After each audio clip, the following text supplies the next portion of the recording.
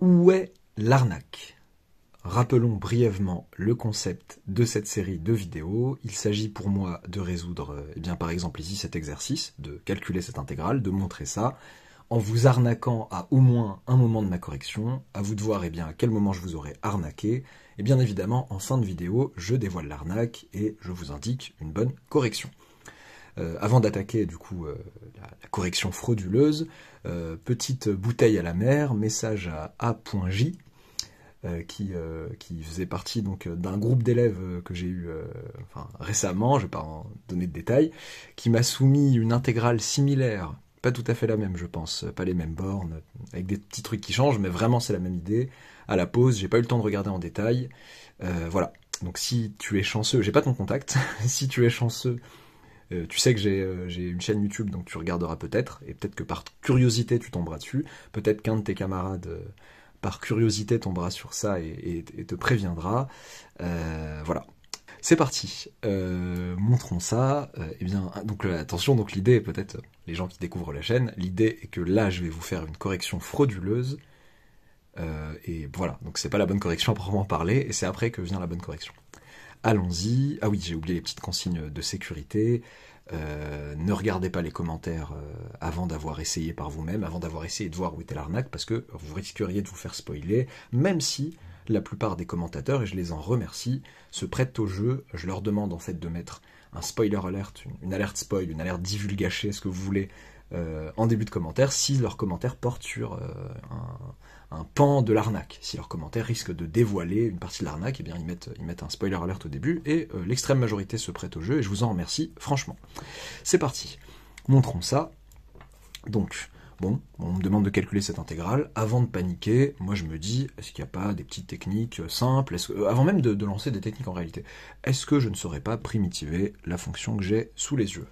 Donc, moi qu'est-ce que je vais dire? Je vais dire que quel que soit x appartenant à pi sur 2, 3 pi sur 2, vous pensiez que j'allais mettre 3 pi sur 2, pi sur 2, ça n'aurait aucun sens en termes d'intervalle, c'est dans l'intervalle pi sur 2, 3 pi sur 2 que ça se passe. Eh bien, que dire de x, donc même si l'intégrale a les bornes dans le mauvais sens, ok, x cos x plus sin x facteur de ln de x, bon, le ln il est un peu timide, le l là, j'espère que vous avez tous vu que c'était ln de x, le but c'est de montrer que ça c'est égal à 2 pi ln de pi sur 2 plus 3 pi sur 2 ln de 3, voilà. Donc x cos x plus sin x facteur de ln de x, mon intégrande, l'expression de mon intégrande, le truc sous l'intégrale pour être plus clair, eh bien ça c'est égal à quoi? C'est égal à x cos x ln de x plus sin x ln de x. Ok, bon, et alors, sous cette forme, je vois quelque chose que je n'aurais peut-être pas vu sous cette forme-là, je vais voir quelque chose du genre u'v plus uv'. Et oui, je vais reconnaître là que...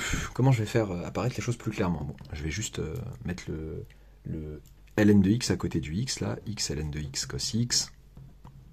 Cos x, c'est qui en fait? Est-ce qu'on est d'accord que c'est sin prime de x, pardon? Ah, c'est un peu moche, tant pis. Sin prime de x plus sin x ln de x. Il y a un petit jeu qui s'opère là, qui est fort sympathique. Là, j'ai sin et la dérivée de sin, et de l'autre côté, j'ai ln, et en dérivant ln, ça fait du 1 sur x, et ça fait disparaître mon x. C'est pas mal ça. Donc, ce que je prétends, en fait, c'est qu'une primitive de mon intégrande, de la fonction sous le signe intégral, donc, si je veux calculer cette intégrale, du coup, je coupe mes propres phrases, plus sin x ln de x, dx, et bien tout ça, ce n'est autre que, donc je disais, une primitive de la fonction qui x associe ça, sur pi sur 2, 3 pi sur 2, et bien ce serait tout simplement, hop, suspense, et bien tout simplement, x ln de x sin x. Ce fameux produit qui, quand je le dérive, me donne tout ça. Voilà qui est sympathique. Je calcule en faisant attention, donc ça fait pi sur 2 ln de pi sur 2 fois sinus de pi sur 2, ça c'est la valeur en pi sur 2, moins 3 pi sur 2, ln de 3 pi sur 2, sinus de 3 pi sur 2. Ok. Donc sinus de pi sur 2, ça fait 1, donc ça fait pi sur 2 ln pi sur 2, ln de... non, j'allais dire que je connaissais ln de 3pi sur 2, pas spécialement, plutôt sinus de 3pi sur 2, ça fait moins 1. Donc 3pi sur 2, on est au sud du cercle trigonométrique, si vous voulez, et donc ça fait du moins 1 fois moins 1 qui nous fait du plus 1, plus 3pi sur 2, ln de 3pi sur 2. On pourrait se dire, oh là là, c'est pas tout à fait ce qu'ils veulent. Ils veulent du 2pi ln de pi sur 2 plus 3pi sur 2 ln de 3. J'ai pas tout à fait ça. Oh, je vais pas paniquer pour autant. Hop. Je vais dire, écoutez, ils veulent du ln de 3. Bon, bah ln de 3, je le vois caché ici. ln de 3 fois pi sur 2, ln de a fois b, c'est ln de a plus ln de b, quand, bien évidemment, a et b sont tous les deux strictement positifs. Donc ça fait 3pi sur 2, ln de 3, plus 3pi sur 2, j'ai pas oublié bien sûr de mettre ça en facteur, ln de pi sur 2. Ok. Bah, les ln de pi sur 2, je vais vous mettre ensemble. Pi sur 2 plus 3pi sur 2, facteur de ln de pi sur 2, ça fait 4pi sur 2, facteur de ln de pi sur 2, ça fait donc 2pi ln de pi sur 2, voilà qui est sympa, plus 3pi sur 2, ln de 3. Et voilà, j'ai la bonne valeur que demande le peuple. Tout est bon. Bon. Alors, il y a une grosse arnaque. Je pense que je vais être de plus en plus gros sur mes arnaques. J'espère que c'est passé pour certains. En fait, voilà, je vais établir un peu le décor. Le décor, c'est que déjà, j'ai mis les bornes dans le mauvais sens pour que vous vous focalisiez là-dessus en disant « Ah là là, il va nous arnaquer à un moment donné sur une croissance d'intégrale ou quoi ». Bon, en vrai de vrai, non, c'est une égalité, donc il n'y avait pas une histoire de croissance d'intégrale qui pouvait arriver avec de f inférieur à g sur un segment implique que intégrale sur ce segment, de f inférieur à intégrale de g sur ce segment. Je pouvais pas trop jouer de ça ici, en tout cas.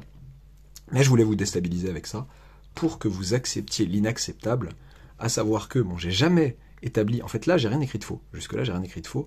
Mais le fait... Bon, ceux qui me connaissent bien savent que quand il s'agit de bien montrer que machin est une primitive de machin sur tel ensemble, sur tel intervalle, eh bien je le fais proprement, et là je me suis arrêté, j'ai pas vraiment exhibé la fonction que je dérivais, enfin, j'ai pas expliqué tout en fait, j'ai dit que cos x effectivement c'était sin prime de x, tant mieux pour lui, et j'ai sous-entendu fortement que du coup l'autre c'est x ln de x qui quand je le dérive me donne ça. Ah mais non, quand je dérive x ln de x, ça fait absolument pas ça. En fait, l'histoire du ln de x, ln prime de x, ça fait 1 sur x, c'est vrai. ln prime de x fait 1 sur x. Et donc j'ai voulu faire croire que ce combat-là allait faire disparaître le x de ce côté. Oui, mais il resterait d'autres choses, parce que ln de x fois x, quand je dérive, c'est plus compliqué, c'est un produit. Ça fait ln de x, donc ça fait la dérivée de x qui va me donner 1 fois ln de x, plus x fois 1 sur x. Donc ln de x plus 1 en fait. Est-ce que je me suis emmêlé les pinceaux ? Oui, ln de x plus 1. Donc, c'est plus compliqué que ça. C'est plus compliqué que d'obtenir x ln de x sinus prime de x. Enfin, c'est plus compliqué, pardon, je me suis perdu moi-même. C'est plus compliqué que d'obtenir ln de x tout seul. Ça n'a pas de sens. La dérivée de ça, ce n'est certainement pas ça. La dérivée de x ln de x, c'est ln de x plus 1. Ah! Mais si je dis ça, on pourrait me dire... en fait, c'est pas si grave, en fait, alors. C'est pas si grave, parce que du coup, ce que j'ai sous le signe intégral, ce que je cherche à primitiver, du coup, qui est, donc je reprends, pour tout x entre pi sur 2 et 3pi sur 2, moi ce que je veux, c'est de primitiver cette expression. Donc je reprends, c'est x ln de x cos x, donc sin prime x, je peux dire que c'est sin prime x, plus sin x ln de x. Ok, avec cette remarque, en me disant qu'ok, c'est peut-être lui, d'accord, c'est pas tout à fait parfait, c'est pas encore parfait, mais je veux dériver lui. Mais si je veux dériver lui, eh ben, x ln de x, on a dit que ça dérivait, c'était pas tout à fait ça, et c'était en fait, donc, c'était ln de x, certes, plus x fois 1 sur x, donc plus 1. Ok, je vais forcer un peu les choses. Je vais forcer l'apparition de ce que je souhaite, à savoir ça. Ok ? Et bah, je vais tout de suite dire après derrière, bon bah d'accord, bah ça fait moins sin x. Bah oui. Là j'ai rajouté quoi en trop, par rapport à l'expression que j'avais, pour que l'égalité resterait ? Du plus sin x, bah moins sin x du coup. Ok, et je cherche à primitiver ça. Donc si j'appelle ça f de x, ok, donc je leur dis que f, je vais tout simplement leur dire que grand F, qui a x associe, eh bien, x ln de x, facteur de sinus x. Alors, c'est pas fini, ça, quand je dérive, ça me donne tout ça. Et du coup, pour obtenir du moins sin x, donc là c'est une soustraction, somme, soustraction, ça me dérange pas, donc je primitive terme à terme quand je suis dans une situation comme celle-là, puisque la dérivation se passe bien, quand je dérive une somme, je dérive chaque terme de la somme et je somme, ou alors une soustraction, pareil. Donc une primitive de moins sin x, c'est plus cos x, en réalité. Et là, je tiens bien une primitive grand F de ma fonction petit f, de la fonction qui à x associe tout ça. Et là, je suis content. Donc là, en partant d'une erreur ou d'un truc qu'on aurait voulu voir, on se dit, ok, ça aurait été sympa que ce soit du prime v plus uv prime, mais il manque un petit truc. On essaye de voir si on peut assumer la compensation en faisant bien attention à ce terme-là. Donc là, c'est une soustraction, à ce que je sache le primitiver de son côté. Ok. Et bah du coup, si grand f, qui est ça, est une primitive de petit f, allez, je m'embête même pas, sur r plus étoile, dérivable sur r plus étoile de dérivée petit f, donc en particulier sur pi sur 2, 3 pi sur 2, eh bien, l'intégrale que j'ai à calculer, qui était de 3 pi sur 2 à pi sur 2, voilà, dans le mauvais sens, de petit f de x dx, oula, pardon, je voyais pas à quel point c'était flou, allez, s'il te plaît, pas de caprice, veuillez excuser cette interruption technique, ça, c'est donc crochet. J'ai pas envie de retourner la feuille, ça va être galère. X ln de x sin x plus cos x, du coup, pris entre 3 pi sur 2 en bas, pi sur 2 en haut.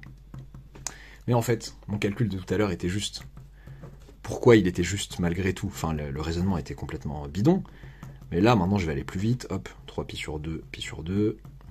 Ça, j'ai tout à fait le droit, par contre. Hein. Plus cos x, j'aurais pu casser sous l'intégrale avec la linéarité, par linéarité, mais une fois que je suis là, entre 3 pi sur 2 et pi sur 2, et en fait, la beauté du truc, entre guillemets, je sais, moi j'ai eu un commentaire récemment, et je suis d'accord avec ce commentaire qui me disait que le mieux dans ces où est l'arnaque, c'est quand on arrive à un résultat, au résultat escompté par un mauvais chemin, plutôt que un truc genre calculé, et du coup je vous calcule une expression, et c'est faux, et voilà, après je vous dis, bah voilà la bonne expression. Là, ce qui était marrant, c'est qu'on arrivait au bon résultat avec cette erreur. Pourquoi? Parce que je me suis débrouillé pour faire en sorte que l'intervalle sur lequel j'intègre me fasse faire que cette partie, la phrase un peu longue, que cette partie fasse 0. Cos de pi sur 2, ça fait 0, cos de 3 pi sur 2, ça fait 0. Donc il ne reste plus que la partie qui est là, et qui me donne exactement ce que j'ai obtenu tout à l'heure.